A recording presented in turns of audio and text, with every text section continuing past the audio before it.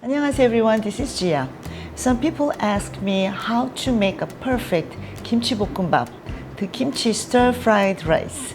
And everybody has their own favorite recipe.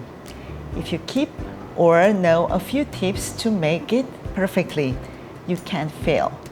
Let's get started. Chop the white part of the green onion. This is going to flavor the kimchi stir-fried rice. And then the green part is going to be used as a garnish. Again, thinly sliced. Today I'm using a bit thick bacon. Chop the bacon very small.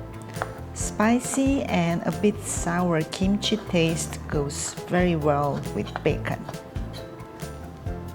Add the oil to the pan and heat the pan over medium heat. Place chopped white part of the green onion to the oil and stir fry until fragrant. When the green onion starts sizzling, add chopped bacon to the pan and stir fry them together.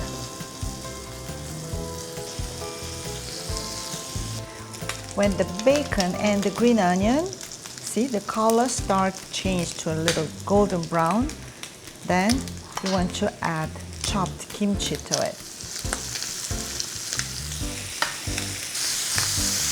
Mix it together. You season with a little bit of soy sauce, a big pinch of brown sugar, and gochugaru.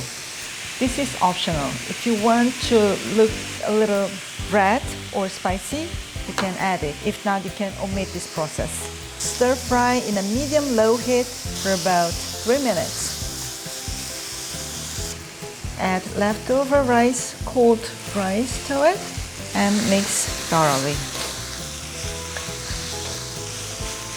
The taste of kimchi fried rice can change depending on what kimchi you'll be using. If the kimchi has been for about 3 weeks in the refrigerator and it's really sour, you can add more sugar to it. Don't be afraid to taste it and add more salt, soy sauce, or sugar depending on your taste. This is the secret ingredient. I want to add a little bit of butter to it. It looks done. Let's add the green part of the green onion to it.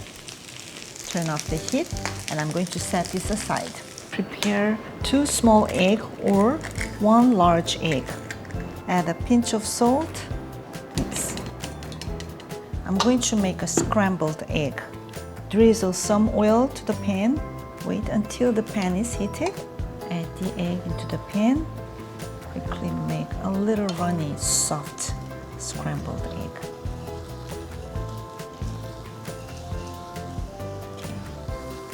I'm going to turn off the heat. It's still very soft like this.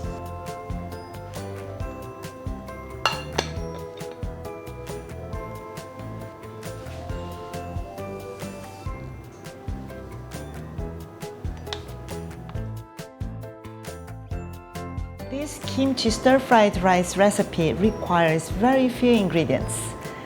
Just keep a few tips that I mentioned during my cooking process.